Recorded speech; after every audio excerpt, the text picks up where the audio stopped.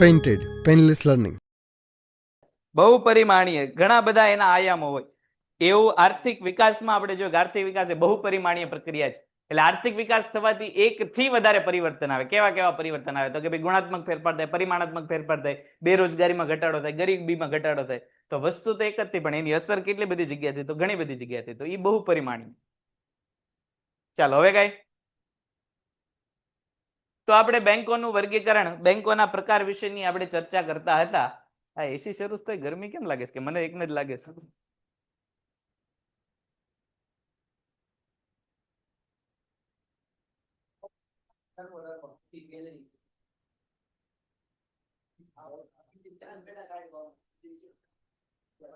તો આપણે એવી વાત કરતા હતા કે મુખ્ય રીતે ભાઈ હવે અહીંયા બધાનું ધ્યાન મુખ્ય આપણે જે છે બે પ્રકારની બેંકો વિશે અહીંયા વાત કરવાની છે.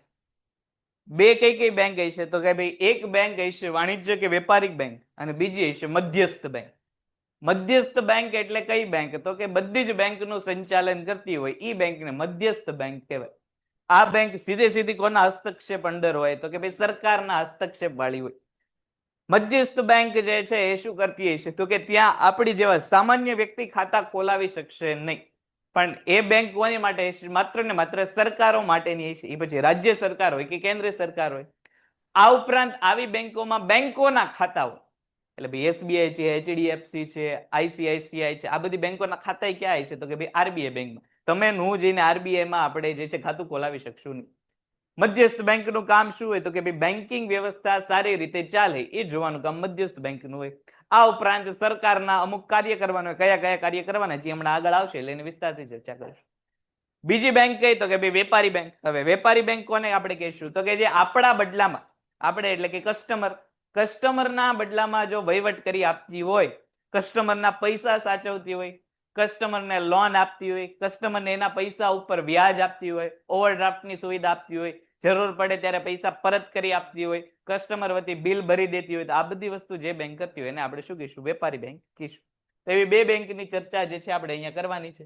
સૌથી પહેલી વેપારી બેંકની વાત કરીએ તો ભારતમાં 1949 ની બેન્કિંગ કંપની ધારા મુજબ તમને ઘણીવાર એમસીક્યુમાં એવો પ્રશ્ન પૂછાઈ શકે કે ભારતમાં બેન્કિંગ કંપની ધારો ક્યારે અસ્તિત્વમાં આવ્યો તો 1949.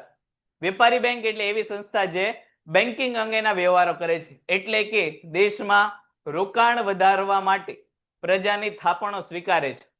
વેપારી બેંકનું કામ શું છે તો કે ભાઈ દેશમાં રોકાણ વધારવાનું. હવે આપણને એવો પ્રશ્ન થવો જોઈએ કે ભાઈ વેપારી બેંક કઈ રીતે દેશમાં રોકાણ વધારી શકે એવો પ્રશ્ન થાય આપણને નથી થતો.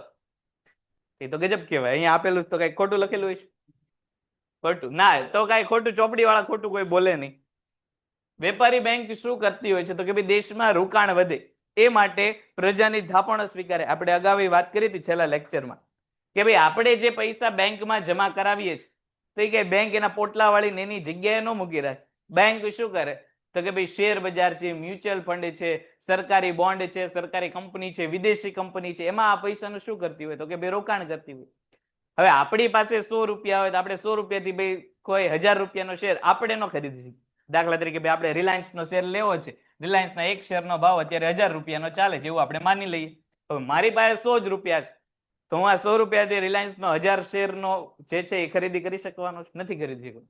પણ હું છું, આ ભાઈ છે, આ ભાઈ છે, આપણે બધા ભેગા થઈને 100 રૂપિયા બેંકમાં મૂકીએ તો બેંકમાં આપણી જેવા 10 લોકોના 100 રૂપિયા થાય તો બધાના કેટલા થઈ ગયા ભેગા થઈને 1000. તો બેંક આપણા વતી શું કરી શકે શેર બજારમાં જે છે આવા શેર ખરીદી શકે.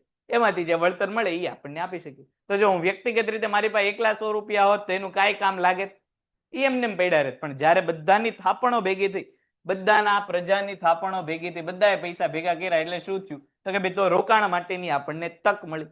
તો આવી તક આપણને કોણ પૂરી પાડે છે વેપારી બેંક. જે ગ્રાહકને જરૂર પડે ત્યારે પાછી મળી શકે છે. જેમાં ચેક, ડ્રાફ્ટ કે પે ઓર્ડર વગેરે દ્વારા તમે ઉપાડ કરી શકો છો. તમે ચેકથી એ પૈસા ટ્રાન્સફર કરી શકો, ડ્રાફ્ટ આપી શકો. ડ્રાફ્ટ અને પે ઓર્ડર બે જે છે આમ એક પ્રકારે સરખા જેવા છે. ડ્રાફ્ટ અને પે ઓર્ડર એટલે તમે જોયું હોય તો ચેકમાં તમારે નામ લખીને આપવા પડે. તમારે કોકને ચેક આપવો હોય તો એની બેંક ડિટેલ્સની સાથે એનું નામ લખીને આપવું પડે. જ્યારે ડ્રાફ્ટ અને પે ઓર્ડર એવા હોય કે એ તમારે જે તે તમારી બેંકમાં ખાતું હોય ત્યાં જવું પડે, જેને ચૂકવણી કરવાની એની વિગત આપવી પડે. એ વિગત ભરીને બેંક તમને આપે કે ભાઈ આ વ્યક્તિને પૈસા આપવાના છે, એટલે પહેલા તમારા ખાતામાંથી પૈસા કપાઈ જાય, પછી તમને ડ્રાફ્ટ કે પે ઓર્ડર મળે.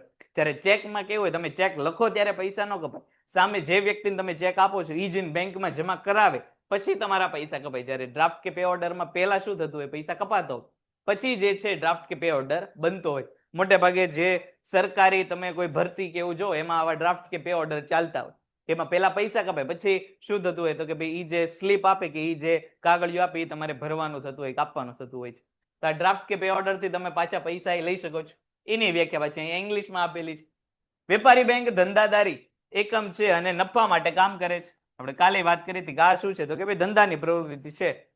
વેપારી બેંકનું કામ જ શું છે તો કે ભાઈ નફો કઈ રીતે મેળવશે તો કે ભાઈ આપણી પાસેથી પૈસા લેશે, એ પૈસા જેને જોતી હોય એને લોન આપશે, લોનમાંથી વ્યાજ લેશે, એમાંથી જે ભાગ વધશે એ એની આવક થઈ ગઈ.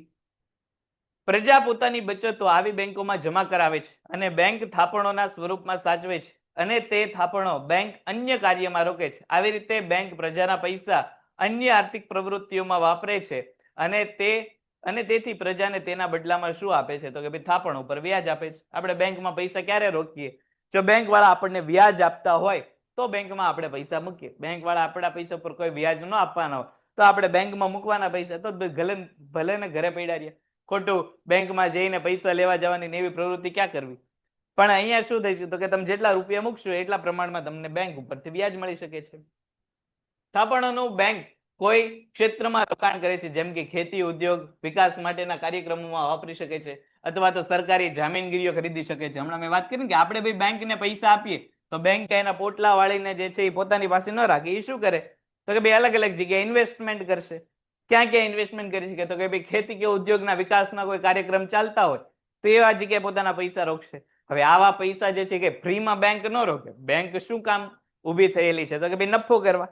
એટલે એવી કોઈ યોજના કે જ્યાં બેંક પૈસા રોકે ને બદલામાં એને વળતર મળતું હોય એવી જ જગ્યાએ બેંક પોતાના પૈસાનું રોકાણ કરશે. કારણ કે બેંક કઈ સેવા માટે આવેલી નથી. બેંકનું કામ જ શું છે? નફાનું. તો ખેતી ઉદ્યોગમાં રોકી શકે, સરકારી જામીનગીરીઓનું ખરીદ વેચાણ કરી શકે. આ ઉપરાંત જે લોકોને પૈસાની જરૂર હોય એને લોન ધિરાણ સ્વરૂપે આપી શકે છે. રોકાણ કરે છે ત્યારે બેંકને નફો કે આવક મળે છે અને ધિરાણના બદલામાં બેંક શું કરે છે તો કે ભાઈ વ્યાજ વસૂલ કરે છે. આપણે બેંકને પૈસા આપીએ તો બેંક આપણને વ્યાજ આપે. જો આપણે બેંકમાંથી લોન લઈએ તો આપણે બેંકને વ્યાજ આપવાનું. આવું કામ જે છે બેંકનું હોય છે. આપણી પાસેથી પૈસા લઈને જેને જરૂર હોય એને પૈસા આપતા હોય છે. આપણે જો પૈસા રોક્યા હોય બેંકમાં તો આપણને વ્યાજ મળે. જો બેંક પાસેથી આપણે પૈસા લીધા હોય તો આપણે બેંકને વ્યાજ ચૂકવવું પડે છે. થાપણો સ્વીકારવા માટે જે વ્યાજનો દર બેંક આપે છે તેના કરતા ધિરાણ ઉપર વ્યાજ કેવું હોય છે? ઊંચું હોય છે. આની ચર્ચા આપણે ગયા લેક્ચરમાં કર્યા કે આપણને દાખલા તરીકે 100 રૂપિયા ઉપર જે છે 5 રૂપિયાનું બેંક વ્યાજ આપતી હોય તો જે વ્યક્તિ 100 રૂપિયાની લોન લઈ ગયો હોય એના ઉપર વ્યાજ કેટલું લે તો કે ભાઈ 15 રૂપિયાનું લે. એમાંથી 5 રૂપિયા આપણને આપી દે, વધેલા 10 રૂપિયા એ શું થઈ ગઈ તો કે ભાઈ બેંકની આવક થઈ ગઈ. તો આવી રીતે જે છે બેંક કામ કરે. આપણા પૈસા આપણી પાસેથી લઈ જાય અને જે તે જગ્યાએ શું કરી નાખે તો કે ભાઈ અન્ય વ્યક્તિને લોન આપી દે. જેને લોન આપે છે એની પાસેથી વ્યાજ કેવું લે? વધારે લે. અને આપણે પૈસા રોકાય તો આપણને વ્યાજ કેવું આપે? ઓછું આપે. વચ્ચેનું જે એનું વળતર વધે એ બેંકની શું થઈ ગઈ તો કે ભાઈ આવક થઈ ગઈ. બીજા શબ્દોમાં બેંકો નાણાંની હેરફેર કરીને નફો કમાવા માટેનો ધંધો કરે છે. તેથી જ તેને વેપારી બેંક કહેવામાં આવે છે. વેપારી બેંકને વેપારી બેંક શા માટે કહેવામાં આવે છે તો કે ભાઈ નાણાંની હેરફેર કરે છે. કેવી રીતે? અહીંયા આપણે જોયું કે આપણી પાસેથી પૈસા લેશે, લોન જોતી હોય એને લોન આપશે. જે પૈસા વધારે એનું શું કરશે? કાં તો ખેતી ક્ષેત્રમાં રોકાણ કરી દેશે, ઉદ્યોગ ક્ષેત્રમાં રોકાણ કરશે, લોન આપી દેશે, સરકારી જામીનગીરીઓમાં રોકાણ કરશે. એટલે એક પાસેથી પૈસા લે છે ને બીજાને પૈસા પૂરું કરે છે. એ જ બેંકનું કામ છે. એટલે નાણાં સતત કેવા થતા રહે તો કે ભાઈ એની હેરફેર થતી રહે. એટલા માટે એને વેપારી બેંક કહેવામાં આવે છે. વેપારી બેંકના કાર્ય. આ કાર્ય તમને જે છે એ આઈએમપી પ્રશ્નમાં પૂછાઈ શકે. 3 માર્ક થી લઈને 5 માર્ક સુધીમાં આ પ્રશ્ન તમને પૂછાઈ શકે કે ભાઈ વેપારી બેંકના કાર્ય જણાવ. તો એમાં આ પ્રશ્નોના જવાબ તમારે લખવાનો છે. સૌથી પહેલું તો વેપારી બેંકના મુખ્ય કાર્ય કયા કયા છે તો કે ભાઈ થાપણો સ્વીકારવી. થાપણો એટલે શું તો કે આપણે બેંકને જે પૈસા આપીએ એ થાપણો થઈ ગઈ. આપણે બેંકમાં થાપણ મૂકી છે એવું આપણે કહીએ. બેંકમાં ખાતું ખોલાવીને પૈસા જમા કરાય એટલે શું તો કે ભાઈ થાપણ આપેલી છે ભાઈ રોનક. બરોબર કે નહીં? પ્રજા પાસે રહેલી બચતોને બેંક સ્વીકારે છે અને તેને થાપણ સ્વરૂપે સાચવે છે. વળી પ્રજાની બચતો પોતાની પાસે રાખે એટલે તેને શું કરવું પડે તો કે ભાઈ વ્યાજ ચૂકવવું પડે. બેંકમાં આપણે પૈસા મૂકીએ બેંકને કઈ ફ્રીમાં પૈસા આપણે વાપરવા ન દઈએ. બેંક પાસેથી આપણે શું કરશું? વ્યાજ લઈશું. તો બેંક આપણી પૈસા થાપણ સ્વરૂપે સાચવે છે. સાચવે તો છે, સાથે સાથે શું કરે છે તો કે ભાઈ વ્યાજે આપણને આપે છે. બીજા શબ્દોમાં કહીએ તો થાપણો સ્વરૂપે પ્રજા બેંકને ધિરાણ આપે છે. એક જોતા આપણે શું કર્યું છે તો કે ભાઈ બેંકને ધિરાણ આપેલું છે. કઈ રીતે ધિરાણ આપ્યું તો કે આપણે ભાઈ બેંકને પૈસા આપેલા છે ને એના બદલામાં બેંક આપણને વ્યાજ આપે છે. તો આ શું થઈ ગયું? ધિરાણ થઈ ગયું. થાપણોના મુખ્યત્વે 3 પ્રકારની હોય છે. આ તમને MCQ માં પ્રશ્ન પૂછાય કે થાપણોના કેટલા પ્રકાર છે? તો ભાઈ થાપણોના કેટલા પ્રકાર છે? 3 પ્રકારની થાપણો છે. કઈ કઈ 3 પ્રકારની થાપણો એ હવે આપણે અહીંયા જોઈએ. સૌથી પહેલું ચાલુ ખાતાની થાપણો. પહેલી કઈ થાપણ આપેલી છે અહીંયા? ચાલુ ખાતાની થાપણ, જેને આપણે કરંટ એકાઉન્ટ એવું આપણે કહીએ છીએ. મોટે ભાગે આવી ચાલુ ખાતાની થાપણો કોણ ખોલાવતું હોય તો કે જે ધંધાદારી વર્ગ હોય એ ચાલુ ખાતાની થાપણ જે છે ખોલાવતો હોય. આમાં બેંક શું સુવિધા આપે પહેલા તો એની વાત કરીએ તો ચાલુ ખાતાની થાપણ તમે ખોલાવો તો તમને એના ઉપર વ્યાજ મળે નહીં. એટલે ચાલુ ખાતામાં જેટલા પૈસા મૂકેલા હોય એમાં વ્યાજ મળતું નથી. ઉલટાના તમારે ચાલુ ખાતું ખોલાવવા માટે, કરંટ એકાઉન્ટ ખોલાવવા માટે શું કરવું પડે? બેંકને અમુક પૈસા આપવા પડે. તો આપણને એવો પ્રશ્ન થાય આવા તો ગાંડા કામ કરાય. એક તો પૈસા આપવાના, બેંકમાં આપણે પૈસા રોકી રાખવાના, પાછું વ્યાજે મળતું નથી, ઉલટાના બેંકને વધારે પૈસા આપવાના. તો આવું કામ કરાય? તો ભાઈ વેપારી વર્ગને જે છે આવું કામ કરવું પડે. શું કામ? તો કે ચાલુ ખાતું એક એવી વસ્તુ છે કે જ્યાં તમે અનલિમિટેડ ટ્રાન્ઝેક્શન કરી શકો, કે ગમે એટલી વાર દિવસમાં તમે પૈસા જમા કરાવી શકો, દિવસમાં ગમે એટલી વાર તમે જે છે પૈસા ઉપાડી શકો. 1 વાર 2 વાર 3 વાર તમારે દિવસમાં જેટલી વાર જરૂર પડે એટલી વાર તમે પૈસાનું ટ્રાન્ઝેક્શન કરી શકો છો. એમાં કોઈ પણ પ્રકારની લિમિટ હોતી નથી. હવે અહીંયા વારંવાર ટ્રાન્ઝેક્શન થાય એટલા માટે એના ઉપર વ્યાજ મળી શકે નહીં. કારણ કે સવાર પડતા 10,000 રૂપિયા તમારા પડેલા હોય, સાંજ પડતા 1,000 રૂપિયા પડ્યા હોય, પાછા બીજા દિવસે જાય તો 50,000 પાછા એડ થતા હોય, બપોર પડતા પડતા પાછા 45,000 વૈયા ગયા હોય. તો બેંક વ્યાજ કઈ રકમ ઉપર તમને આપી શકે? એટલા માટે ચાલુ ખાતામાં જે છે એ વ્યાજ આપતા નથી. ઉલટાનું તમારે શું કરવું પડે તો કે બેંક વાળા તમારા ટ્રાન્ઝેક્શન કરી આપે છે, એ માટે તમારે બેંકને અહીંયા ફી ચૂકવવી પડે છે. આ ઉપરાંત તમને અતિરિક્ત ઉપાડ ની સુવિધા પણ ચાલુ ખાતામાં મળે. અતિરિક્ત ઉપાડ જેને આપણે ઓવરડ્રાફ્ટ કહીએ છીએ. Bank overdraft. બેંક ઓવરડ્રાફ્ટ એટલે શું તો કે ખાતામાં તમારા જેટલા પૈસા પડ્યા હોય એની કરતા તમે વધુ પૈસા લઈ શકો, એને બેંક ઓવરડ્રાફ્ટ કહેવાય. દાખલા તરીકે ભાઈ તમારા ખાતામાં 10,000 રૂપિયા પડ્યા છે પણ તમારે 20,000 રૂપિયાનું તાત્કાલિક પેમેન્ટ કરવાની વાત આવી તો 10,000 રૂપિયા બેંક શું કરશે? પોતાના વતી તમને આપશે. એટલે તમારા 10,000 પડ્યા હતા બેંક વધારાનો અતિરિક્ત ઉપાડ, વધારાનો ઉપાડ સ્વરૂપે તમને કેટલા આપ્યા? 10,000 રૂપિયા. પેન્ટેડ એપ્લિકેશન ધોરણ 6 થી 12 ના વિદ્યાર્થીઓ માટે અપડેટ થઈ ચૂકી છે. આ એપ્લિકેશનમાં શું છે? બધા જ વિષયના વિડીયોઝ છે. ગુજરાતની બેસ્ટ ફેકલ્ટી દ્વારા લાઈવ લેક્ચર્સ છે, આઈએમપી પ્રશ્ન છે, ટેસ્ટ સિરીઝ છે અને ગુજરાતના તમામ વિદ્યાર્થીઓ સાથે તમે તમારી કમ્પેરિઝન કરી શકો છો. ગેમિફિકેશન છે અને બીજું ઘણું બધું. તો તમે એપ્લિકેશન ડાઉનલોડ ન કરી હોય તો ડિસ્ક્રિપ્શનમાં લિંક આપી છે, હમણાં જ પ્લે સ્ટોર ઉપર જાઓ અને એપ્લિકેશન ડાઉનલોડ કરો. ઘરે બેઠીને સરસ મજાનું ગુજરાતની જોરદાર ફેકલ્ટી સાથે ભણો, સારા માર્ક્સે પાસ થાઓ. જેને મહિના દરમિયાન કે દિવસ દરમિયાન બહુ મોટા ટ્રાન્ઝેક્શન કરવાના નથી એ લોકો બચત ખાતાની થાપણો જે છે એ ખોલતા હોય છે. હવે આ કેવી થાપણો છે કે અહીંયા જે છે એ ટ્રાન્ઝેક્શન એટલે કે વ્યવહારની એક મર્યાદા આવે. આમાંથી જે લોકો બેંક ખાતું વાપરતા હોય એ લોકોને ખબર હશે કે મહિનામાં તમને 5 ટ્રાન્ઝેક્શન ફ્રીમાં કરવાની સુવિધા હવે બધી બેંક આપે છે. તમારે બચત ખાતામાંથી પૈસા ઉપાડવા હોય કે કોકને મોકલવા હોય, મોકલવામાં તો હવે નથી પણ એટીએમ માંથી તમે જો 5 વખત પૈસા ઉપાડો તો 6ઠી વખતે તમારે શું કરવો પડે તો કે ભાઈ ચાર્જ ચૂકવવો પડે. આમાં અમુક લિમિટ હોય. બેંક પ્રમાણે તમે મહિનામાં અમુક ટ્રાન્ઝેક્શન માટે પૈસા જમા કરાવી શકો, અમુક ટ્રાન્ઝેક્શન માટે તમારે શું કરવું પડે તો કે ભાઈ તમે કોકની ચૂકવણી કરી શકો. જે લિમિટ તમને ચાલુ ખાતામાં જોવા મળતી નથી. એટલે વેપારીને બચત ખાતું કામ લાગે નહીં, કારણ કે એમાં એક લિમિટ આવી જાય કે દિવસ દરમિયાન તમે અમુક જ પ્રકારના વ્યવહારો કરી શકો. આ લિમિટ કેવી હોય? બેંક પ્રમાણે અલગ. પણ બચત ખાતાનો ફાયદો શું છે તો કે ભાઈ અહીંયા તમને વ્યાજ મળે છે. ભલે નજીવું તો નજીવું, પણ ચાલુ ખાતામાં જે સાવ વ્યાજ નહોતું મળતું એના કરતા બચત ખાતામાં તમને જે છે એ થોડું ઘણું વ્યાજ મળશે. આ ખાતામાં વ્યક્તિ પોતાની ટૂંકા ગાળા માટેની બચત, જો અહીંયા પહેલા જ આપણને કહી દીધું બચત ખાતું કોના માટે છે તો કે ભાઈ ટૂંકા ગાળા માટે છે. આ મહિને આપણને એમ થયું 500 રૂપિયા પડ્યા રહેશે ને આવતા મહિને જરૂર પડશે તો ફટ દઈને આપણે બેંક ખાતામાં નાખી દઈએ. પછી આવતા મહિને 500 રૂપિયા લેવા જઈએ બેંક વાળા આપણને ના ન પાડી શકે કે ભાઈ હજી તમે ગયા મહિને જ ઓલા કર્યા હતા, જમા કરાવ્યા હતા, હવે હમણાં ઘડી ઉભા રહ્યો, તમને આવતા મહિનાની અને પછી મહિને આપશો બીજું, એવું આપણને કહી શકતા નથી. જ્યારે પૈસા પાછા જોઈએ ત્યારે ચેકબુક દ્વારા ઉપાડી શકાય છે. વળી આ થાપણોમાં શું તમને મળી શકે છે તો કે ભાઈ વ્યાજ પણ જે છે તમને મળી શકે છે. આ ઉપરાંત ડેબિટ કાર્ડ, ક્રેડિટ કાર્ડ થી પણ તમે શું કરી શકો છો તો કે ભાઈ ખાતામાંથી પૈસા ઉપાડી શકો છો. તો પૈસા વધતા હોય તો ખાતામાં જમા કરાવી દેવાના, જરૂર પડે તો ચેક, ડેબિટ કાર્ડ કે પછી ઓનલાઈન એપ્લિકેશન થી તમે જે છે પૈસા લઈ પણ શકો છો. એનો પેટા ભાગ તરીકે આપણને રિકરિંગ ખાતાની સગવડ આપેલી છે. બચત ખાતાનો બીજો ભાગ એટલે રિકરિંગ ખાતું. આપણે આની કાલે ચર્ચા કરી હતી. રિકરિંગ ખાતું એટલે શું તો કે ભાઈ નક્કી કરેલી મુદ્દત માટે આવું ખાતું ખોલવામાં આવે.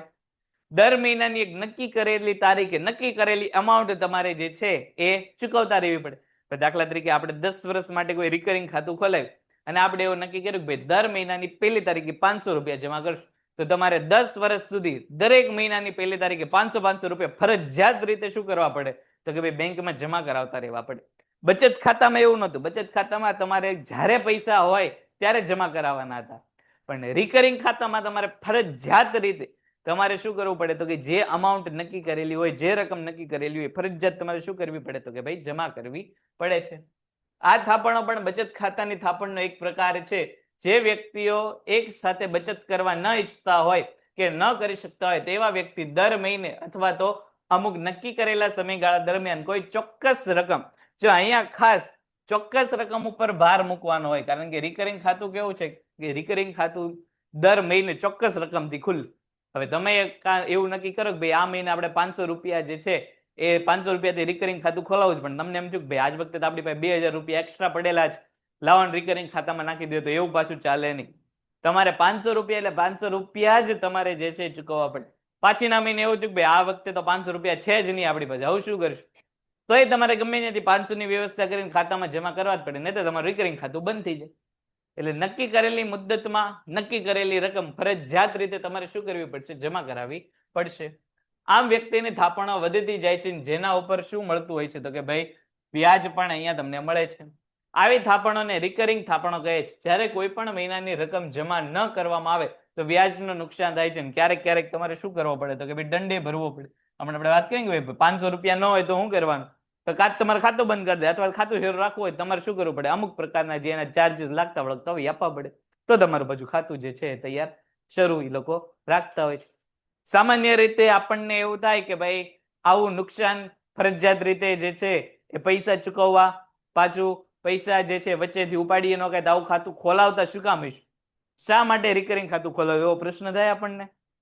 તો એનો જવાબ એ છે કે બચત ખાતા કરતા રિકરિંગ ખાતામાં વ્યાજ કેવું મળે તમને તો કે ભાઈ વધારે મળે. અને અહીંયા તમારે નિશ્ચિત રકમ જે છે દર મહિને કાઢવી જ પડે, એટલે તમારી એક પ્રકારની સેવિંગ એ કેવી રીતે તો કે ભાઈ વધતી રહે. હવે તમે દર મહિને 500 રૂપિયા ફરજિયાત તમારે મૂકવાના જ હોય તો તમને ખબર પડે કે 500 રૂપિયા તો આપણે બચાવવા જ પડશે ગમે એમ કરી. તમારો ખર્ચો ઘટી જાય ને તમારી બચત આપોઆપ કેવી થઈ જાય તો કે વધી જાય. ખ્યાલ આવ્યો? એટલા માટે લોકો રિકરિંગ ખાતું ખોલાવતા હોય છે. બચત ખાતા કરતા રિકરિંગ ખાતામાં વધારે વ્યાજ મળે. અને રિકરિંગ ખાતા કરતા કોનામાં વધારે વ્યાજ મળે તો કે ભાઈ બાંધી મુદ્દતની થાપણ. બેટા છેલ્લે ફિક્સ ડિપોઝિટ. શેની વાત કરીએ છીએ આપણે?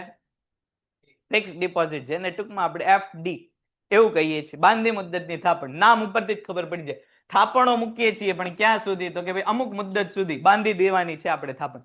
ક્યાં બાંધીશું આપણે તો કે ભાઈ બેંકમાં. 1 વર્ષ, 2 વર્ષ, 5 વર્ષ, 10 વર્ષ માટે આપણે જે છે બેંકને પૈસા આપી દઈએ, પછી વચમાંથી પૈસા જે છે આપણે લઈ શકશું નહીં. પૈસા ક્યારે આપણે ઉપાડી શકીએ તો કે જ્યારે મુદ્દત પૂરી થશે ત્યારે. આ થાપણો બધું એક હારો જ મળે. તમારે જોતું હોય તો બેંકની જે ધારા ધોરણો એ પ્રમાણે તમે નક્કી કરી શકો. આમાંય તમને જો હમણાં કહીશ કે ઉત્તરી તુપાડ આમાંય મળી શકે છે. આ થાપણો ચોક્કસ મુદ્દત માટે ચૂકવવામાં આવે છે. આ થાપણો પર બેંક સૌથી વધુ વ્યાજ ચૂકવે છે. હમણાં આપણે વાત કરી કે ભાઈ વ્યાજ મળવાની શરૂઆત, ભાઈ વ્યાજ મળવાની શરૂઆત ક્યારથી થાય તો કે ભાઈ વ્યાજ આપણને બચત ખાતામાં મળે એની કરતા વધારે રિકરિંગ ખાતામાં મળે. સૌથી વધારે આપણને ક્યાં મળશે તો કે ભાઈ બાંધી મુદ્દતની ખાતામાં. જ્યારે લાંબા ગાળા માટે વ્યક્તિ બચત કરવાનું ઈચ્છતો હોય ત્યારે આ ખાતું ખોલે. ટૂંકા ગાળા માટે બચત કરવી હોય તો કયું ખાતું ખોલવાનું તો કે ભાઈ સામાન્ય એવું બચત ખાતું ખોલવાનું. નિશ્ચિત રકમની જો બચત કરવી હોય તો કયું ખાતું ખોલવાનું? રિકરિંગ ખાતું. અને લાંબા ગાળા માટે જો આપણે બેંકમાં જે છે એ બચત કરવી હોય તો કયું ખાતું ખોલવું પડે? તો એફડી વાળું ખાતું ખોલવું પડે. તો સૌથી વધુ વ્યાજ આપણને આપી શકે છે. એમ માનસી, આ લોકો કઈક એમ કહે છે કે ભાઈ વિભાગ ઉપર નથી લખતા તો માર્ક કાપી નાખો તમે લોકો. એવું બેટા પણ હા, હવે એવું ન કરતા, હવે એવું ન કરતા હો. કદાચ વિભાગ ન લખ્યો તો હવે આપી દેજો.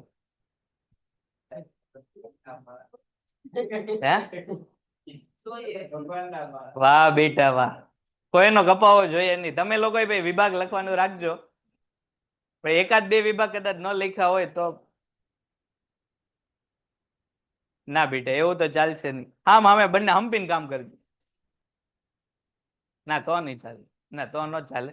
એ થોડુંક તમે ધ્યાન રાખજો ને થોડુંક તમે હમણાં સર સ્ટાર્ટિંગ વાળું છે એટલે એમને જવા દીધું, પછી ભલે કડક કરી નાખો, પછી આ લોકો શીખી જશે બધા.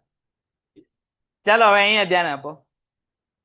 જો જે રીતે ચાલુ ખાતામાં તમને ઓવરડ્રાફ્ટની સુવિધા મળે, એટલે કે તમારા ખાતામાં પૈસા પડ્યા હોય એનાથી વધારે પૈસા તમે ઉપાડી શકો, એવી રીતે અહીંયા પણ તમને અતિરિક્ત ઉપાડની જે છે એટલે કે ઓવરડ્રાફ્ટની સવલત મળે.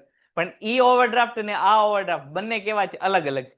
હવે દાખલા તરીકે તમે ફિક્સ ડિપોઝિટમાં 10,000 રૂપિયા જે છે એ મૂકેલા છે. હવે 5 વર્ષ માટે 10,000 રૂપિયા તમે ફિક્સ ડિપોઝિટમાં મૂક્યા, પણ અધવચ્ચે 2 વર્ષ રહીને તમને એવું થયું કે ભાઈ મારે 5,000 ની તાત્કાલિક જરૂર પડે છે, તો 5,000 રૂપિયા માટે તમે શું 10,000 ની તમારી એફડી તોડાઈ નાખશો જેના 2 વર્ષ થયા હતા? ન તોડાવે. તો હવે તમે શું કરી શકો? બેંકમાં જઈને તમે એવું કહી શકો કે ભાઈ મારી 10,000 રૂપિયાની એફડી પડેલી છે, એમાંથી મને અત્યાર પૂરતા 5,000 રૂપિયા આપી દો, મારું એફડી નું ખાતું શરૂ રાખો, જ્યારે પૈસા પાછા આવશે ત્યારે આ 5,000 તમે શું કરશો? તો કે ભાઈ બેંકમાં પાછા આપી દેશો. આ ઉપરાંત આ 5,000 નો જ્યાં સુધી તમે બેટા છેલ્લે ઉપયોગ કરશો તમારે શું કરવું પડશે? તો કે ભાઈ વ્યાજ ચૂકવવું પડશે.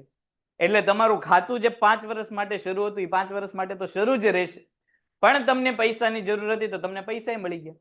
તો આવી રીતે અહીંયા પણ તમને ઓવરડ્રાફ્ટની જે છે એ સુવિધા મળે. હવે નહીતર કેવું થાય કે ભાઈ 5,000 રૂપિયાની જરૂર હોય ને તમે 10,000 ની એફડી તોડી નાખો તો તમને 2 વર્ષ માટે આખા એફડી જેટલું વ્યાજ ન મળે. દાખલા તરીકે અત્યારનો સ્ટાન્ડર્ડ રેટની વાત કરીએ તો એફડી ઉપર તમને જે છે એ 7% થી લઈને 8% નું વ્યાજ મળે છે. જ્યારે બચત ખાતાની વાત કરીએ તો બચત ખાતામાં સામાન્ય રીતે 3% થી લઈને 4% સુધીનું વ્યાજ મળે છે. એટલે તમે 100 રૂપિયાનું દાખલા તરીકે રોકાણ કરતા હો તો 100 રૂપિયાએ તમને બચત ખાતામાં કેટલા રૂપિયાનું વ્યાજ મળે? 4 રૂપિયાનું. અહીંયા કેટલા રૂપિયાનું વ્યાજ મળે? 8 રૂપિયાનું. પણ જો અધવચ્ચે એફડી તમે તોડી નાખો, તમે 5 વર્ષ માટે એફડી ખોલાવી હોય અને અધવચ્ચે તમે એફડી તોડી નાખો તો તમને વ્યાજ પાછું કેટલું મળે? બચત ખાતા જેટલું વ્યાજ મળે. એટલે એક તો 2 વર્ષ તમને પૈસા વાપરવા ન મળ્યા, પાછું તમારું વ્યાજનું શું થાય? નુકસાન જાય. તો આવું કરાય નહીં. એની બદલે શું લઈ લેવાય? તો કે ભાઈ ઓવરડ્રાફ્ટ લઈ લેવાય. તો આવી રીતે 3 પ્રકારની થાપણો જે છે બેંક સ્વીકારે છે: ચાલુ ખાતાની થાપણ, બચત ખાતાની થાપણ અને બાંધી મુદ્દતની થાપણ. થાપણના 3 પ્રકાર આપણને કીધેલા હતા. ચાલો અહીંયા સુધીમાં કોઈને કઈ પ્રશ્ન? હા, અને આવી રીતે આમાંય તો ઓવરડ્રાફ્ટ મળી શકે. પૈસા તમે વચ્ચેથી કાઢી શકો અને પાછું વ્યાજ આપીને પૈસા તમે જમા કરાવી શકો. ચાલો હવે અહીંયા સુધીમાં કોઈને કઈ પ્રશ્ન કરા? 8% વ્યાજ મળશે. એકવાર ફરી સમજાવો. શું ફરી સમજાવવું? હવે લોન તો ગમે એમાં કઈ ખાતાની જરૂર નથી. શું ફરી સમજાવું ભાઈ?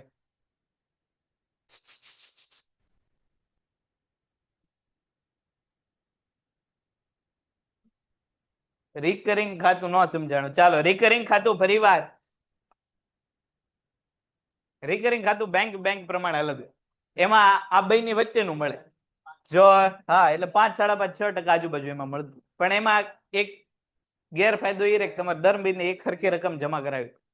અહીંયા ધ્યાન આપો. જો રિકરિંગ ખાતું ફરીવાર કહું છું, જો રિકરિંગ ખાતું શું છે તો કે ભાઈ એમાં તમારે નિશ્ચિત તારીખે એટલે કે ભાઈ નિશ્ચિત સમયે શું કરવું પડે? તો કે ભાઈ નિશ્ચિત કરેલી રકમ જે છે એ તમારે જમા કરાવવી પડતી હોય છે. આપણે હમણાં વાત કરી કે ભાઈ દાખલા તરીકે 10 વર્ષ માટેનું આપણે રિકરિંગ ખાતું ખોલાવ્યું અને આપણે એવું નક્કી કર્યું કે ભાઈ દર મહિનાની 1લી તારીખે જે છે એ આપણે 500 રૂપિયા જે જમા કરશું. તો 10 વર્ષ માટે જેટલા મહિના આવતા હોય અને જેટલા મહિનાની અંદર 1લી તારીખ આવતી હોય, દરેક 1લી તારીખે આપણે બેંકમાં કેટલા જમા કરાવવા પડશે? ફરજિયાત 500 રૂપિયા જમા કરાવવા પડશે. આ રિકરિંગ ખાતું છે. જ્યારે ખાલી બચત ખાતું હોય તો એમાં કોઈ આવું કરવાની જરૂર નથી. તમારી પાસે પૈસા હોય તો બેંકમાં જમા કરાવવાના, નથી પૈસા, 1 મહિનો 2 મહિનો 3 મહિનો 4 મહિનો તમે જમા ન કરાવો તો એ બચત ખાતામાં ચાલે, પણ રિકરિંગ ખાતામાં એવું ચાલે નહીં.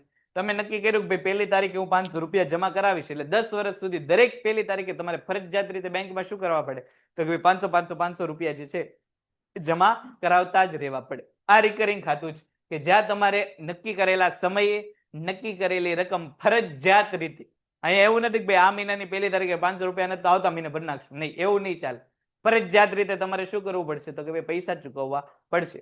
જો પૈસા ચૂકવી શકતા નથી તો શું થાય, કાં તો તમારું જે છે વ્યાજનું નુકસાન, એટલે તમારું કાં તો રિકરિંગ ખાતું બંધ થઈ જાય અને તમને કેટલું વ્યાજ મળે, તો કે ભાઈ સાદા જે છે એ બચત ખાતા જેટલું વ્યાજ મળે, અથવા તો તમારે જો રિકરિંગ ખાતું ફરી શરૂ રાખવું હોય તમારે શું કરવું પડે, તો કે ભાઈ જે બેંકની દંડની રકમ હોય આ દંડની રકમ તમારે ભરી દેવી પડે, તો તમારું રિકરિંગ ખાતું શરૂ રહે.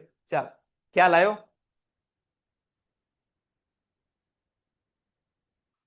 મુદ્દતી ખાતું, મુદ્દતી ખાતું નથી બેટા, મુદ્દતી થાપણ હશે, થાપણ છે બેટા. એવું કે લખ્યું નથી. જો ફરીવાર અહીંયા બીજું ધ્યાન આપો, રિકરિંગ ખાતા પછી બાંધી મુદ્દતની થાપણ. ભાઈ હું હાલે છે કઈ નડે કોને વાગીશ? ભાઈ થોડાક પગ સીધા રાખ બેટા. મુદ્દતી થાપણની આપણે વાત કરીએ, મુદ્દતી થાપણ જેને આપણે ફિક્સ ડિપોઝિટ કે બાંધી મુદ્દતની થાપણ, એફડી એવા બધા નામે ઓળખીએ છીએ. એમાં શું હોય, તો કે એમાં તમારે દર મહિને પૈસા જમા કરાવવાની જરૂર નથી. એમાં પૈસા ક્યારે જમા થશે, તો કે એક જ વાર જે છે એ તમારા પૈસા જમા થાય.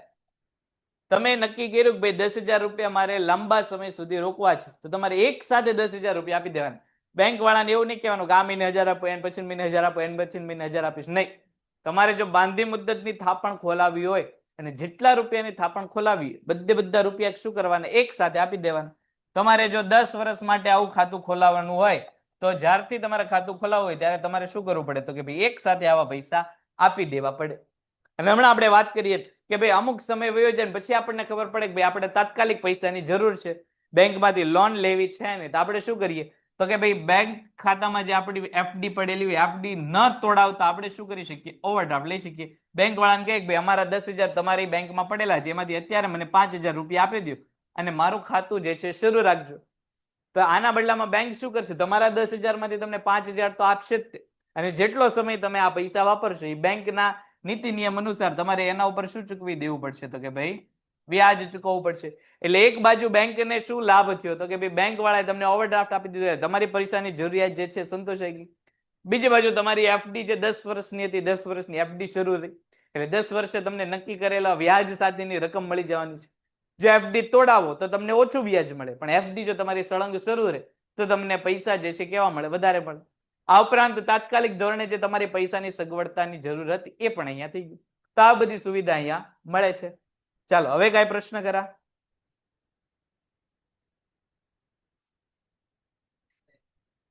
હા બરોબર છે, ઓકે ડન. ચાલો, છે કોઈને કઈ પ્રશ્ન? ઓકે ચાલો આગળ વધીએ. એ ભલે શરૂ થયું એનથી જ તે ઓલો આવશે. હા કોને લાગે છે?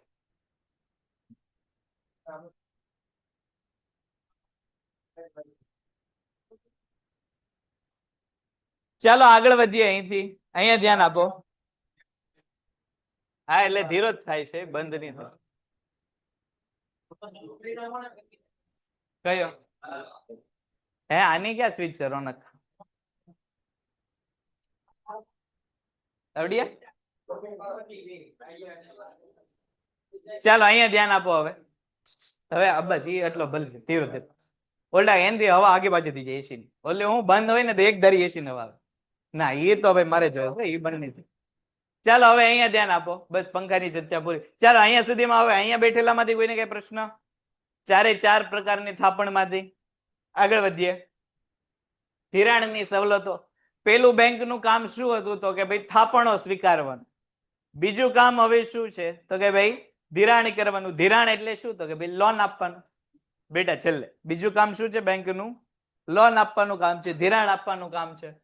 અર્થતંત્રમાં ધંધા માટે કે અન્ય કારણ પેટ રોકાણકર્તાને, વ્યક્તિને, ખેડૂતને તથા અન્ય વર્ગના લોકોને નાણાંની જરૂર પડે ત્યારે તેઓ બેંક પાસેથી ધિરાણ લેતા હોય છે. કોઈ પણ વ્યક્તિને જ્યારે પૈસાની જરૂર પડે ત્યારે એ શું કરે તો કે ભાઈ અતિરિક્ત નાણાં મેળવવા માટે, વધારાના નાણાં મેળવવા માટે શું કરતું હોય તો કે ભાઈ લોન લેતા હોય છે. અને આવી લોન આપવાનું કામ કોનું છે તો કે ભાઈ બેંકનું છે. બેંક વ્યાજ લઈને વિવિધ પ્રકારના ધિરાણો પૂરા પાડે છે. સામાન્ય સંદર્ભમાં ધિરાણ ટૂંકા ગાળાનું, મધ્યમ ગાળાનું અને લાંબા ગાળાનું હોય. આમાંથી તમને સૈદ્ધાંતિક પ્રશ્ન પૂછાય કે સૈદ્ધાંતિક રીતે વ્યાજ લોન માટેનો ટૂંકા ગાળામાં કેટલા વર્ષો હોય તો ટૂંકા ગાળાનું ધિરાણ 1 વર્ષ માટેનું હોય. તમને MCQ માં પૂછાય કે ભાઈ સૈદ્ધાંતિક રીતે બેંક લોનનો ટૂંકો ગાળો કેટલા વર્ષનો હોય તો 1 વર્ષનો. બીજો પ્રશ્ન એવો પૂછાય કે સામાન્ય રીતે, સૈદ્ધાંતિક રીતે બેંકનો મધ્યમ ગાળો કેટલા વર્ષનો હોય તો 1 થી લઈને 5 વર્ષનો. અને સૈદ્ધાંતિક રીતે બેંક લોનનો જે છે એ લાંબો ગાળો કેટલા વર્ષનો હોય તો કે ભાઈ 5 થી 15 વર્ષ અને 15 થી વધારે, પણ સામાન્ય રીતે 5 થી 15 વર્ષ. તો આ 3 રીતે તમને MCQ પૂછે કે સૈદ્ધાંતિક રીતે ટૂંકો ગાળો કેટલા વર્ષનો હોય 1 વર્ષનો, મધ્યમ ગાળો કેટલા વર્ષનો હોય 5 થી 15 વર્ષનો, 1 થી 5 વર્ષનો, અને લાંબો ગાળો કેટલા વર્ષનો હોય તો કે ભાઈ 5 થી 15 વર્ષનો. બેંક એવું માને કે મોટે ભાગે બધા લોકો કેટલા વર્ષની લોન લે, મોટે ભાગે 15 વર્ષ સુધીની લોન લેતા હોય. એનાથી આગળની લોન આપે છે બેંક, પણ સામાન્ય રીતે 15 વર્ષની લોન કરતા હોય, એટલે લાંબો ગાળો 15 વર્ષ સુધીનો રાખ્યો. પરંતુ આ પ્રમાણનો સમય કોઈ ચોક્કસ નિર્ધારિત ગાળો નથી. જો તમને એવું કહી જ દીધેલું છે કે ભાઈ ટૂંકો ગાળો એટલે 1 વર્ષની જ લોન લેવી એવી જરૂર નથી. તમે 6 મહિનાની લોન લઈ શકો. બેંક વાળા તમને ના ન પાડે, તમે 2 મહિનાની લોન લઈ શકો. બેંક તમને એવું ન કહી શકે કે એની ફરજિયાત વર્ષની તો લોન લેવી જ પડશે, કે 15 વર્ષની બદલે તમારે 20 વર્ષની લોન લેવી, તમને બેંક ના ન પાડી શકે કે ભાઈ 15 વર્ષની જ લોન અમે આપશું. સૈદ્ધાંતિક રીતે 15 વર્ષ થાય છે, તમને 20 વર્ષની લોન પણ મળી શકે. એટલે અહીંયા ચોખ્ખું તમને એવું કહી દીધું કે આ નિર્ધારણનો કોઈ ચોક્કસ ગાળો નથી. વિવિધ પ્રવૃત્તિઓ અનુસાર ટૂંકો ગાળો, મધ્યમ ગાળો કે લાંબો ગાળો જે છે એમાં ફેરફાર થતો હોય. જેવી પ્રવૃત્તિ તમે કરતા હોય એના આધારે તમારો ટૂંકો, લાંબો અને મધ્યમ ગાળો જે છે નક્કી થતો હોય. હવે દાખલા તરીકે તમે કોઈ કન્સ્ટ્રક્શનના બિઝનેસમાં જોડાયેલા છે, તમે કોઈ બિલ્ડિંગ બનાવો છો, તો હવે બિલ્ડિંગ બનતા જ તે સામાન્ય સંજોગોમાં 2 થી 4 વર્ષ કે 5 વર્ષ થાય. તો એ સમયે ટૂંકો ગાળો એટલે શું થઈ ગયો તો કે 2 થી 5 વર્ષનો. એ કન્સ્ટ્રક્શન માટે જે લોકો બિલ્ડિંગ એવું બનાવે છે એને માટે ટૂંકો ગાળો તે 5 વર્ષનો થઈ ગયો. પણ અહીંયા આપણને પાછું 1 વર્ષ કહી દીધું. એટલે તમને એવું કીધું તમે કયા કામમાં રોકાયેલા છો એના આધારે તમારો જે છે આ ગાળો નક્કી થશે. વળી ધિરાણના હેતુના સંદર્ભમાં ધિરાણ ખાનગી હેતુ માટે, ખેતી માટે, ધંધાકીય હેતુ માટેનો હોઈ શકે છે.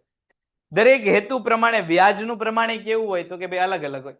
હવે તમારે હોમ લોન લેવી હોય એટલે ઘર ખરીદવા વ્યાજ લેવું હોય, અને તમારે વ્હીકલ લોન લેવી કે ગાડી ખરીદવા વ્યાજ લેવું હોય તો બંને ઉપર વ્યાજ કેવું હોય તો કે અલગ અલગ ચૂકવવું પડે. તમારે જે છે એ શિક્ષણ માટેની લોન લેવી હોય તો એની ઉપર વ્યાજનો દર કેવો અલગ હોય. તમારે ખેતી માટે લોન લેવી હોય તો એના ઉપર વ્યાજનો દર કંઈક અલગ.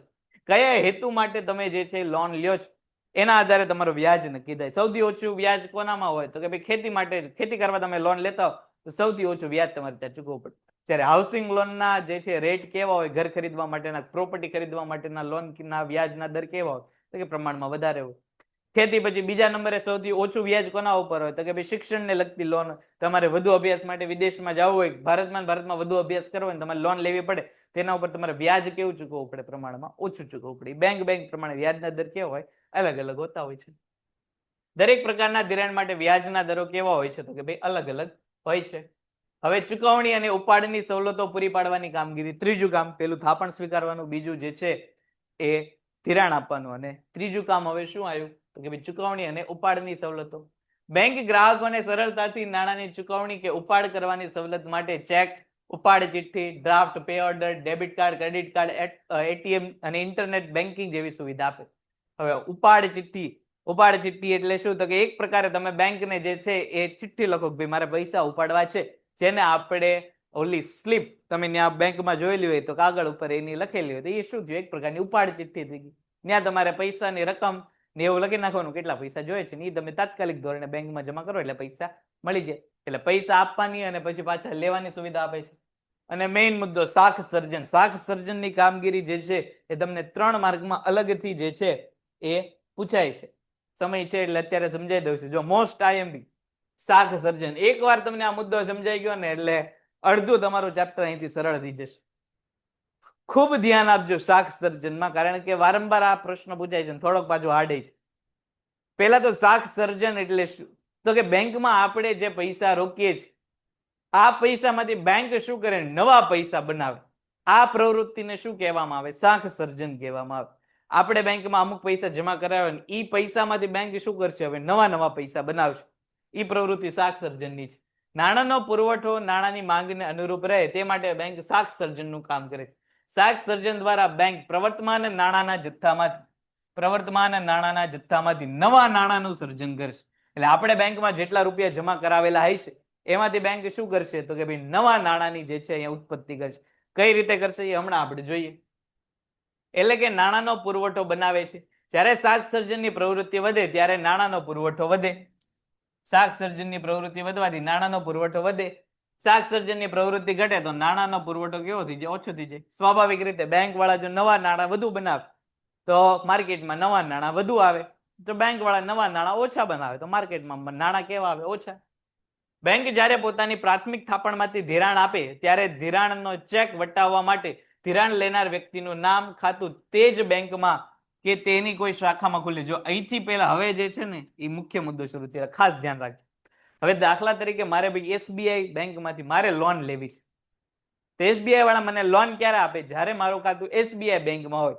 એ પછી એસબીઆઈ વાઘાવાડી બેંકમાં હોય, એસબીઆઈ પછી તળાજા જકાતનાકા બેંકમાં હોય, એસબીઆઈ મહુવા બ્રાન્ચમાં હોય કે એસબીઆઈ પાલીતાણા બ્રાન્ચમાં હોય. કોઈ પણ એસબીઆઈ ભાઈ કઈ છેલ્લે પ્રશ્ન છે? અહીંયા ધ્યાન આપો, વધારે મજા આવશે. એસબીઆઈ ની કોઈ પણ બ્રાન્ચમાં જો મારું ખાતું હોય તો જ મને એસબીઆઈ વાળા પૈસા આપશે. હવે મારું ખાતું એચડીએફસી બેંકમાં હોય, એસબીઆઈ વાળા પાસે જો લોન લેવા જાવ તો એ મને તરત ના પાડ દે, ભાઈ તમારું ખાતું એચડીએફસી માં છે, ઈ બેંકમાં જઈને તમારે જે છે લોન લેવી પડશે. પણ હું એમ કહું ના ભાઈ મારે તો લોન લેવી તો એસબીઆઈ માં જ લેવી, કારણ કે અહીંયા વ્યાજ કેવું છે? ઓછું છે એચડીએફસી કરતા. તો એસબીઆઈ વાળા શું કહે છે? તો અમારે ત્યાં ખાતું ખોલાવી નાખ.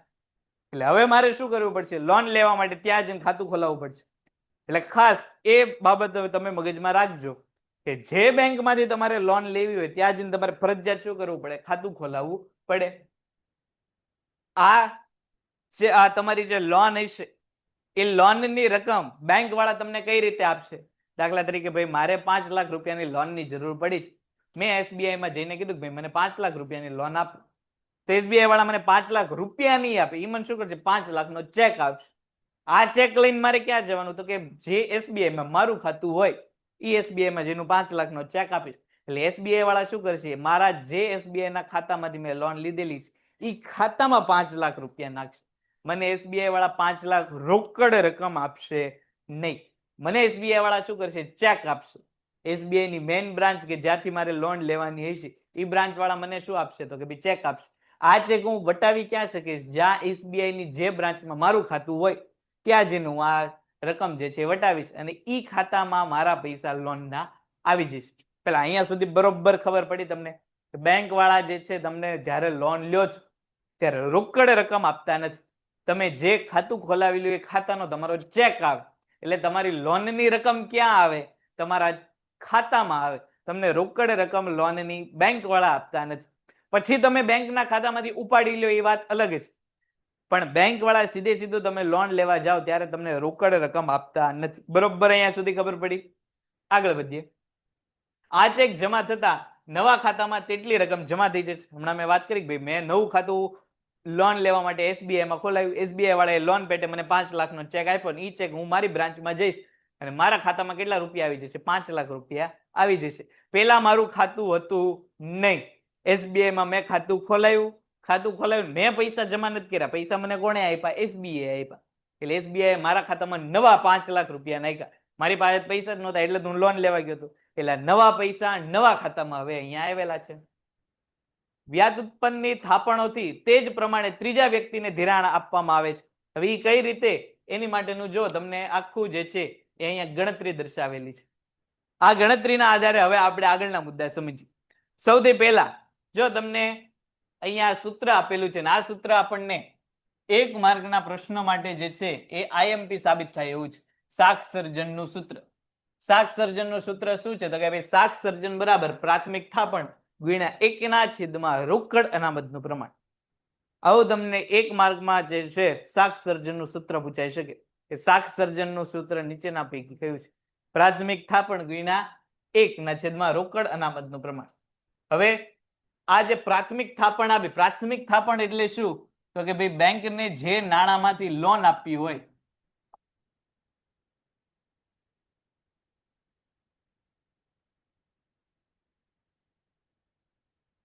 બેંકને જે નાણામાંથી લોન આપવી હોય, આ લોનની રકમને આપણે શું કહીશું? પ્રાથમિક થાપણ કહીશું.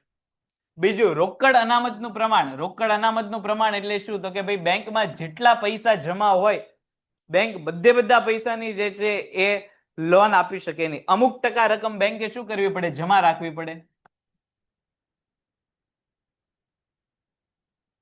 બેંકે અમુક રકમ શું કરવું પડે? તો કે ભાઈ બેંકમાં જમા રાખવી પડે. દાખલા તરીકે ભાઈ બેંકની પાસે 10,000 રૂપિયા હતી, 10,000 રૂપિયાની લોન ન આપી શકે. 10,000 માંથી એને ફરજિયાત રીતે 2,000 3,000 જે સરકાર નક્કી કરે એટલા પૈસા રાખવા પડે. શું કામ રાખવા પડે? મારી તમારી જેવા આજે 10,000 રૂપિયા જમા કરાવે ગયા, કાલે એમ કીધું લાવો મારા પૈસા પાછા, તો બેંકે લોન બધાને આપી દીધી હોય, બધા પૈસા ઉપાડીને વહી ગયા, તો બેંક પાસે પૈસા રહેવાના નથી રહેવાના. તો એનું બેસ્ટ એક્ઝામ્પલ તાજેતરનું યસ બેંકનું તમે જો છાપામાં વાંચેલું હોય તો એ આનું જ તે ઉદાહરણ છે. યસ બેંક વાળાએ રોકડ અનામત રાખી નહીં, પરિણામે લોકો ગ્રાહક એની પાસે પૈસા લેવા ગયા, પણ ગ્રાહકનો મોટો વર્ગ હતો પૈસા લેવા વાળો, બેંક પાસે પૈસા નહોતા એટલે ડિફોલ્ટર જાહેર થઈ ગઈ, બેંક નાદાર જાહેર થઈ ગઈ. પૈસા લેવા વાળા હતા, ખાતામાં પૈસા હતા, પણ બેંક પૈસા આપી શકી નહીં. હવે તો ધીરે ધીરે બધું પાછું સેટ થઈ ગયેલું, પણ વચમાં હવે બહુ ન્યૂઝ હતા કે ભાઈ યસ બેંકમાં પૈસા રોકો, કે યસ બેંકના ખાતામાં પૈસા રાખો, તમારા પૈસા ધોવાઈ જાય. પણ એવું નથી. બેંકે શું નહોતું રાખ્યું? ભાઈ રોકડ અનામત રાખી નહોતી. બેંકે ભૂલ ઈ કરી જેટલા પૈસા હતા કાં તો ઇન્વેસ્ટ કરી નાખ્યા, કાં તો લોન આપી દીધી. બધું પૂરું કરીને બેંકે શું કરી નાખ્યું? તો કે કાં તો ઇન્વેસ્ટ કર્યું, કાં તો લોન આપી દીધી. પરિણામે બેંક પાસે પૈસા વધ્યા નહીં. હવે બેંકના ગ્રાહક બેંક પાસે પૈસા લેવા જાય તો પૈસા ક્યાંથી આવશે? એટલે એવી પરિસ્થિતિ સર્જાય. એટલે સરકારે ફરજિયાત નિયમ કરી નાખ્યો કે બેંકે ફરજિયાત શું કરવું પડશે? રોકડ અનામત રાખવી પડશે. જો અહીંયા આપણને એવું કહી દીધેલું છે કે ભાઈ દાખલા તરીકે ભાઈ બેંકને, હવે કોઈ બેંકમાં દાખલા તરીકે ભાઈ 10,000 રૂપિયા પડેલા છે. હવે બેંક એવો વિચારે કે આ 10,000 માંથી મારે 1,000 રૂપિયાની શું કરવી છે? લોન આપવી છે. બેંક પાસે પડેલા કેટલા રૂપિયા છે? 10,000 રૂપિયા પડ્યા છે. બેંક વાળા એમ કે છે કે આ 10,000 માંથી 1,000 ની શું કરવી છે? મારે લોન આપી દેવી છે. એટલે લોન માટેની રકમ કેટલી થઈ? 1,000. એ આપણા માટે શું ગણાશે? પ્રાથમિક થાપણ, કે જેમાંથી બેંક જે છે લોન આપવા માંગે છે એ આપણું શું થઈ ગયું? પ્રાથમિક થાપણ થઈ ગયું. કે બેંક વધુમાં વધુ કેટલા રૂપિયામાંથી લોન આપશે? 1,000 રૂપિયામાંથી લોન આપશે. બેંકની પાસે પડ્યા કેટલા રૂપિયા છે? તો કે 10,000 પડ્યા છે. હવે રોકડ અનામતનું પ્રમાણ દાખલા તરીકે 20% રાખી દીધેલું છે કે ભાઈ કંપની બેંકે જે છે ઓછામાં ઓછા કેટલા ટકા રકમ પોતાની પાસે રાખવાની? તો કે ભાઈ 20% રકમ તો રાખવાની જ. પ્રાથમિક થાપણ જેટલી તમે રાખો એની 20% રકમ તમારે શું કરવાની? બેંકમાં રાખવાની. તો જો અહીંયા સૂત્રમાં આ બધી કિંમત મૂકી દીધી. પ્રાથમિક થાપણ 1/છેદમાં રોકડ અનામતનું પ્રમાણ. હવે એના આધારે બેંક વાળા કેટલી લોન આપશે એ વિશેની વાત અહીંયા કરેલી છે. શાક સર્જન જ સમજીએ આપણે હજી. હા બોલો ભાઈ, શું પ્રશ્ન છે? ચાલ તું લખીને રાખ ફટાફટ પ્રશ્ન. જો દાખલા તરીકે ભાઈ બેંક પાસે 10,000 રૂપિયા હતા. કુલ મુદ્દત બેંકની કેટલી છે? કુલ મુદ્દત બેંકની 10,000 રૂપિયાની છે. એમાંથી બેંક શું કરવા ઈચ્છે છે? આ હું આવ્યું રોનક જોતો. બેંક શું ઈચ્છે છે? તો કે ભાઈ 1,000 રૂપિયા આપણે શું કરવા છે? તો કે ભાઈ લોન આપવી છે. તો 1,000 રૂપિયા શું થયું? પ્રાથમિક થાપણ. હવે બેંકે એવું કર્યું કે 1,000 માંથી આપણે લોન આપી છે, તો 1,000 ના પૂરેપૂરી રકમની બેંક વાળા જે છે એ લોન આપી શકશે નહીં. બેંક વાળા ફરજિયાત રીતે શું કરવું પડશે? તો કે ભાઈ 20%, જે સરકારે કીધું છે કે 20% અનામત રાખવાની, એટલે 20% રકમ બેંકે ફરજિયાત પોતાની પાસે રાખવી પડશે. જે પૈસા વધશે એમાંથી બેંક શું કરશે? તો કે ભાઈ પૈસા આપશે. દાખલા તરીકે ભાઈ બેંક પાસે 1,000 રૂપિયા હતા, એમાંથી ફરજિયાત 20% રેકે બેંકે કેટલી રકમ રાખવી પડશે? 200 રૂપિયા. કેલ્સી લાવ્યા હોય તો કરો, 1,000 ગુણ્યા 1/20%, એટલે તમને 200 રૂપિયા મળશે. એટલે બેંકે 200 રૂપિયા ક્યાં રાખવાના? તો કે ભાઈ બેંકે 200 રૂપિયા પોતાની પાસે જ રાખવાના. બાકી વધેલા 800 રૂપિયામાંથી શું કરી શકે? તો કે ભાઈ ધિરાણ આપી શકે. બેંક પાસે 1000 રૂપિયા લોન દેવાના હતા. આ લોન દેવાની રકમમાંથી 20% રકમ શું કરવાની હતી? તો કે પોતાની પાસે રાખવાની હતી. એટલે 10,000 ના 1/20% લેખે એટલે 10,000 ભાગ્યા 20% લેખે બેંકને રકમ કેટલી પોતાની પાસે રાખવી પડશે? તો કે ભાઈ 200 રૂપિયા રાખવી પડશે. બાકીના જે 800 રૂપિયા વધ્યા, 800 રૂપિયામાંથી શું કરશે? તો કે ભાઈ બેંક વાળા લોન આપી દેશે. હવે 800 રૂપિયાની લોન મળશે ક્યાં? તો કે હમણાં આપણે વાત કરી કે ભાઈ 800 રૂપિયા બેંક જે છે રોકડ રકમ આપશે નહીં. રોનક, બેંક વાળા જે છે આ લોનની રોકડ રકમ આપતા નથી. 800 રૂપિયા ક્યાં આવશે? તો કે જે વ્યક્તિએ લોન લીધી છે એના ખાતામાં આવશે. એટલે ખાતું પાછું ક્યાં આવશે? તો કે જે બેંકમાંથી તમે લોન લ્યો છો એની જ બેંકનું ખાતું હોય છે. હમણાં મેં વાત કરી ભાઈ મારે SBI માંથી લોન લેવી તો મારે જે છે ક્યાં ખાતું ખોલાવવું પડે? SBI માં. હવે SBI વાળા એમ નક્કી કર્યું કે ભાઈ 1000 રૂપિયામાંથી અમે લોન આપશું તો 800 રૂપિયા પાછા આવ્યા ક્યાં? તો કે મારા ને મારા પણ SBI ના જ ખાતામાં આવ્યા. એટલે પેલા SBI પાસે 1000 રૂપિયાની કોકની થાપણ પડેલી હતી, એમાંથી 800 રૂપિયાના મને લોન આપી દીધી. 800 રૂપિયા પાછા જમા ક્યાં થઈ ગયા? તો કે SBI ના જ ખાતામાં થઈ ગયા. તો પેલા SBI પાસે કોકના 1000 રૂપિયા પડ્યા હતા ઈ, અને હવે મારા ખાતાના કેટલા રૂપિયા પડેલા છે? તો કે ભાઈ 800 રૂપિયા. જો બેંક પાસે મુદ્દે કેટલા રૂપિયા હતા? 1000 રૂપિયા. પણ કોકના 1000 રૂપિયા અને મારા ખાતાના 800 રૂપિયા બે ભેગા થઈને હવે બેંક પાસે કેટલા રૂપિયા થઈ ગયા? 1800 રૂપિયા થઈ ગયા. તો આવી રીતે નવા નાણાંનું સર્જન થયું. હતા મુદ્દે 1000 રૂપિયા, તેમાંથી નવા કેટલા નાણાં બનાવ્યા? 800 રૂપિયા.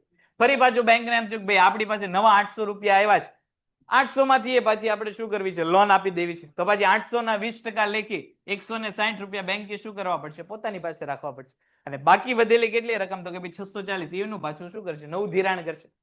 આ નવું ધિરાણ પાછું મળશે ક્યાં? રોકડ રકમમાં તો મળવાનું નથી. તો આ નવું ધિરાણ પાછું બેંકના ખાતામાં આવશે. એટલે બેંક પાસે પાછા નવા 640 રૂપિયા આવી ગયા. આ નવા 640 નું શું કરશે? તો કે ભાઈ પાછા નવા 640 આવ્યા, પાછું એનું ધિરાણ કરો તો 20% રાખશે રકમ. એટલે 20% લેખે બેંકે કેટલા રૂપિયા રાખવાના? 128 રૂપિયા પાછા બેંક રાખશે. એમાંથી પાછા શું કરશે? તો કે ભાઈ 512 રૂપિયા પાછા આપી દેશે. આ પાછી 512 ની રકમ ક્યાં આવી? તો કે ભાઈ બેંકમાં બેંકના જ ખાતામાં આવી.